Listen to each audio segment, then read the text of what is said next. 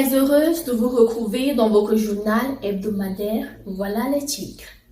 À la une de cette édition, nous avons les séminaires hebdomadaires, les changements au niveau de la classe dirigeante dans l'Église, les préparatifs de la Convention du Tchad et bien d'autres faits intéressants qui ont meublé la vie de l'Église durant la semaine. Mesdames et messieurs, bonsoir. Votre présence nous honore.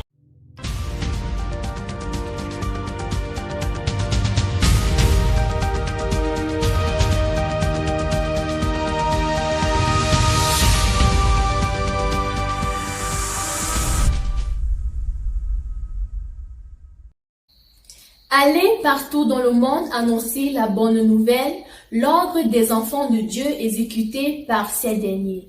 D'où la tenue d'un nombre important de séminaires qui se sont soldés par des témoignages de salut. C'est ce que nous rapporte notre reporter Phil Chesnel. Il me dit, « Fils de l'homme, ces eaux pourront-ils revivre ?» Je répondis, « Seigneur éternel, tu le sais. » C'est cette parole qui a guidé les prédicateurs de la parole de vérité durant cette semaine.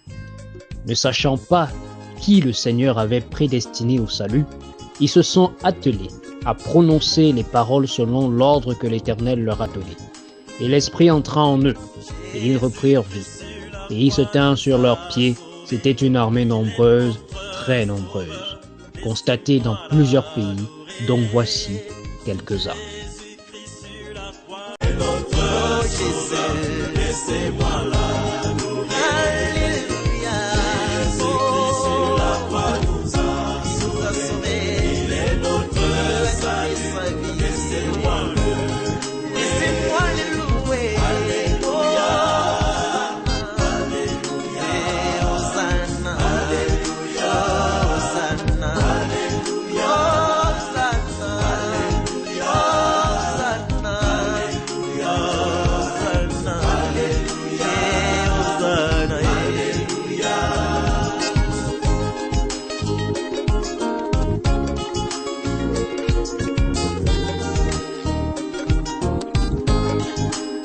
Lorsque je me souviens de ce grand jour sur la croix, quand mon sauveur cria que tout était accompli pour mon expiation. Hosanna, Hosanna, Hosanna, Jésus-Christ sur la croix nous a sauvés. Hosanna, Sauveur, laissez-moi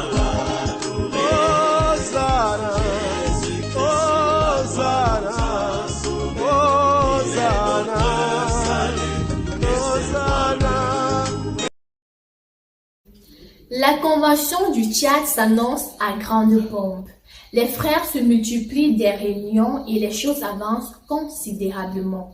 Seulement, l'actualité mondiale du pays nous révèle des tensions depuis la semaine surpassée. Nous allons nous tourner vers le coordonnateur national, le pasteur Josias Taradoum, et le PCO Tokinda pour en savoir davantage.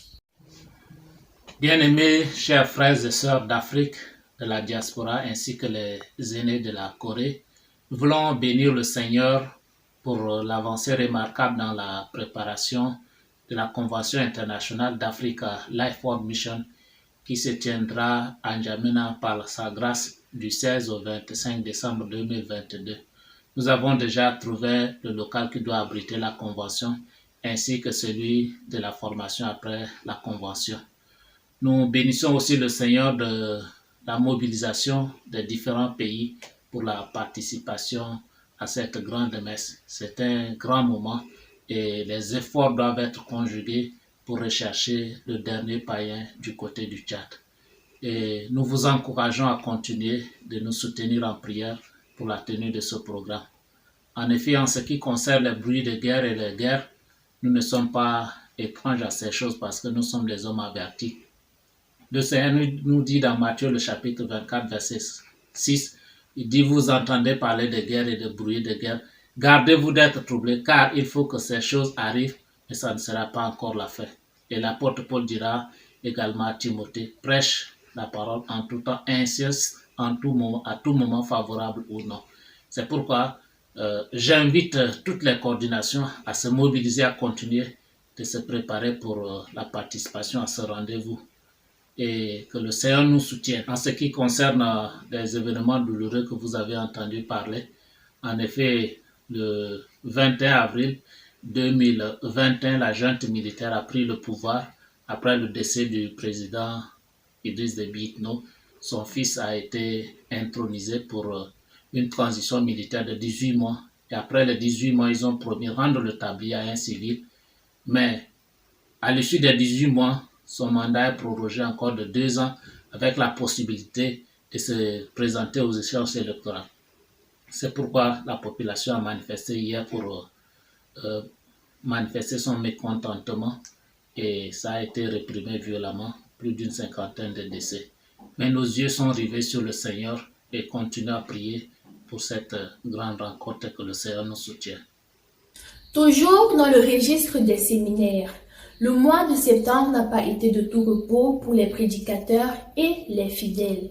Grâce à la force du Seigneur, des séminaires ont été organisés. C'est le cas au Maroc où les piliers de la vie chrétienne ont été vécus, comme nous l'attestent ces images.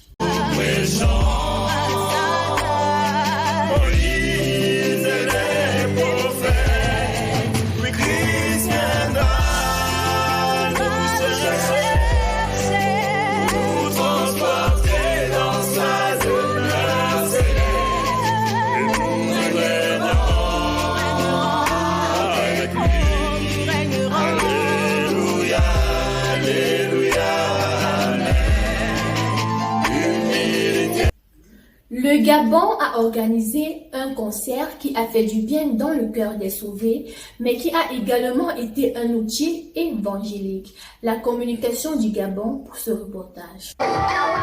Différents arts, à savoir la danse, le slam, le chant, avec la masse-croyeur et la chorale de moment, ont été mis en valeur à travers les talents de Sauvé pour louer l'Éternel et célébrer son nom, comme nous l'indique 2 Samuel 22 au verset 50. Tenu de 17h à 21h à l'Assemblée de Cocotier, ce concert du département des arts et de la culture a également permis aux sauvés venus des différentes assemblées de rendre grâce au Seigneur pour le salut des âmes et l'édification du corps de Christ. En ce qui concerne la prédication de l'Évangile, dans le district de Wollentem, un ancien député et son frère ont compris ce 11 octobre 2022 comment Dieu rend juste les êtres humains après près de 30 ans passés sur un faux fondement.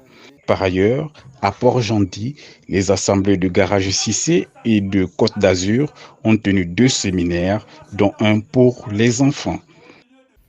Toujours en Afrique centrale, nous vous annonçons la présence du missionnaire Raphaël Etiga du côté de la Centrafrique depuis la semaine dernière. À la question de savoir quel est son cahier de charges ou encore pourquoi une mission en Centrafrique, voici ce qu'il nous dira. Dans les missions qui sont dévolues à l'Église, qui sont la prédication de l'Évangile et l'affermissement des frères, l'Église ne saurait déroger à ces 2 choses. Et c'est dans ce cadre que c'est en accord avec ces 2 éléments que l'Église en Afrique a bien voulu que je sois ici en Centrafrique, pouvoir implémenter cela, afin qu'on puisse voir en Centrafrique une Église forte, une Église solide, affirmée dans la foi et dont le nombre également croît de jour en jour, selon Actes chapitre 16, verset 5. Donc c'est dans ce cadre que je suis en mission ici. La nécessité de la prière, un enseignement qui a secoué beaucoup de sauvés en ramenant le regard du sauvé vers Dieu. Notre micro-trottoir nous dira ce que les uns et les autres ont pensé de cet enseignement. En écoutant justement cet enseignement, cela m'est paru en fait comme une évidence. En tant que sauvés nés de nouveau, nous sommes tous appelés justement à imiter Christ. Et nous savons tel que écrit dans la parole de Dieu, que Christ était un homme de prière. Il était constamment en prière. Alors, la prière, justement, permet également, pour tout sauver, tout né de nouveau, d'exprimer à Dieu sa dépendance totale. C'est par notre dévouement dans la prière que Dieu, justement, voit si nous dépendons entièrement de lui. Parce que celui qui ne prie pas montre à Dieu clairement qu'il n'a pas besoin de lui. Pas une option pour celui qui est sauvé étant l'un des 4 piliers. La prière a une place capitale dans la vie d'un sauvé.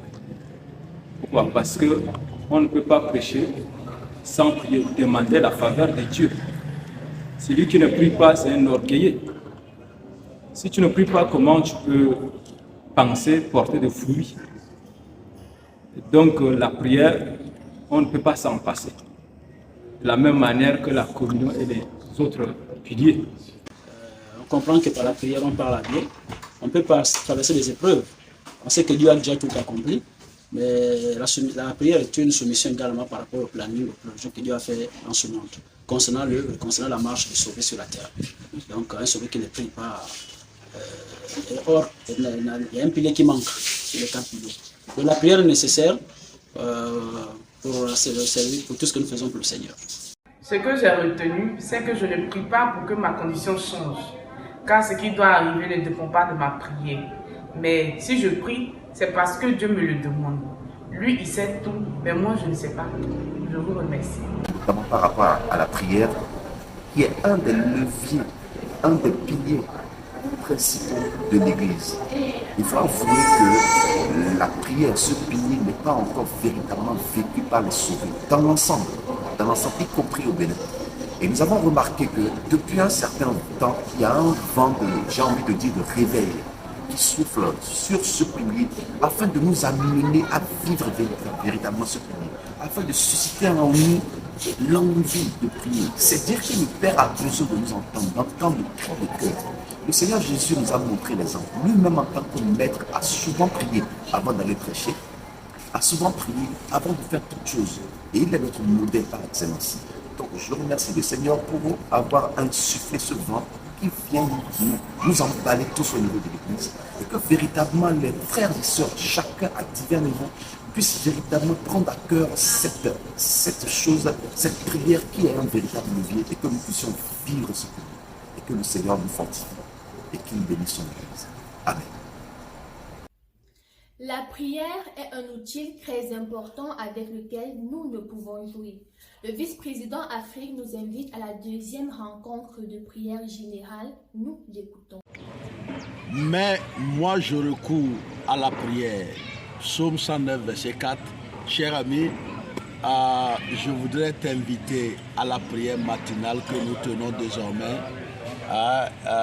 chaque mois, ce 7 novembre 2022, à 5 heures d'Afrique centrale, heure Afrique centrale bien-aimée, on va encore recourir à la prière. Je pense te revoir le 7 prochain. Shalom. Sur les changements de la classe dirigeante dans le bureau Afrique, notre micro-trottoir va recueillir les avis de l'Église. Écoutons. Eh bien, au niveau des changements des dirigeants au niveau du bureau Afrique, nous pouvons rendre grâce à Dieu parce que nous savons que toute autorité établie vient de Dieu. Et pour nous, les uns les autres, nous avons besoin de prier pour le bureau Afrique en ce qui concerne les décisions et tout ce qu'ils vont entreprendre.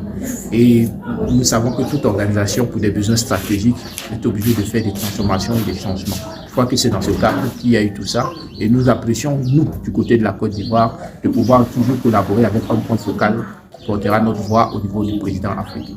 Eh bien, ce que je peux dire, c'est que c'est Dieu qui bâtit son Église, donc s'il les a choisis, tout ce que nous, on peut faire pour eux, c'est de prier afin qu'ils puissent mener à bien la tâche qui leur a été confiée. Je crois que c'était une bonne idée parce que le Seigneur, à un moment donné, quand il conduit son Église, il a toujours besoin d'une nouvelle équipe pour conduire le train. Parce que l'Église a la mission d'annoncer l'Évangile et d'entretenir ceux qui sont sauvés. Et je crois que pour garder ce flambeau, pour garder cette mission toujours évidente dans les cœurs des frères.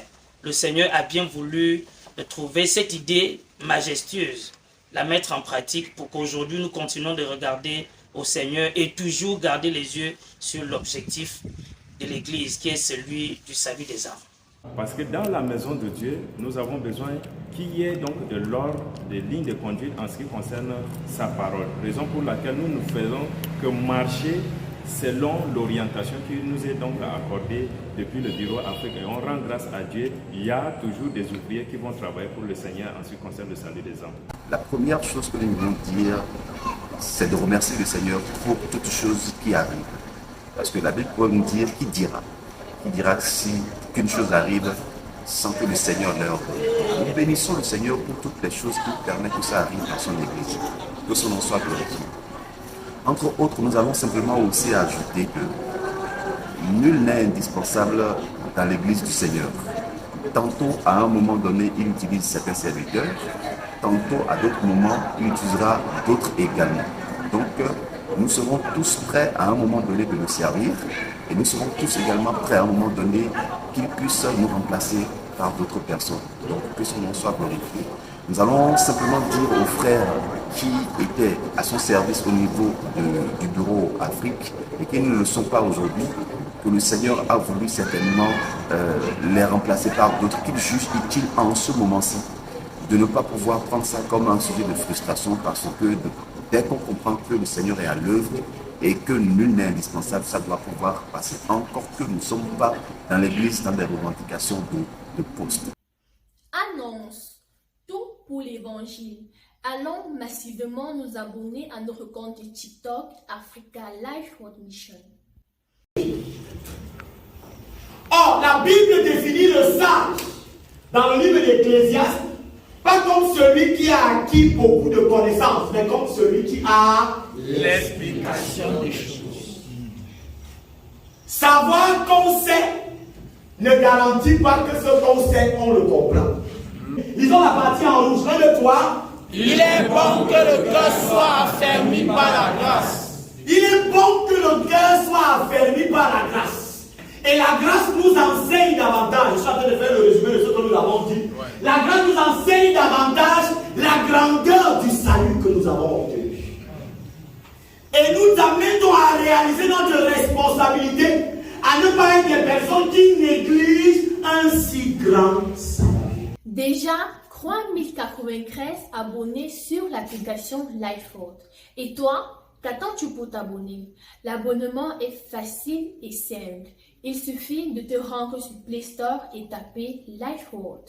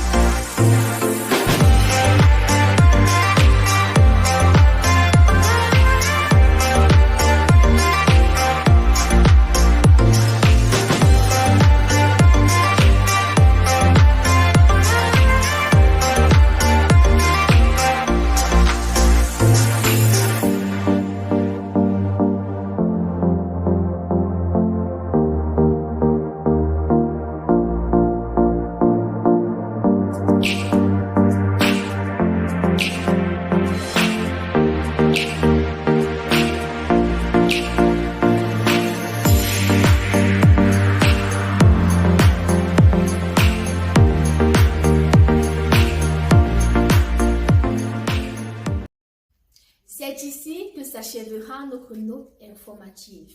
Nous vous revenons la semaine prochaine s'il plaît à Dieu.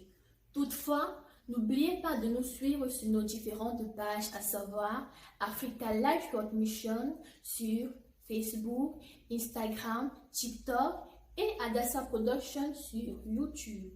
Votre fidélité nous honore. À très bientôt.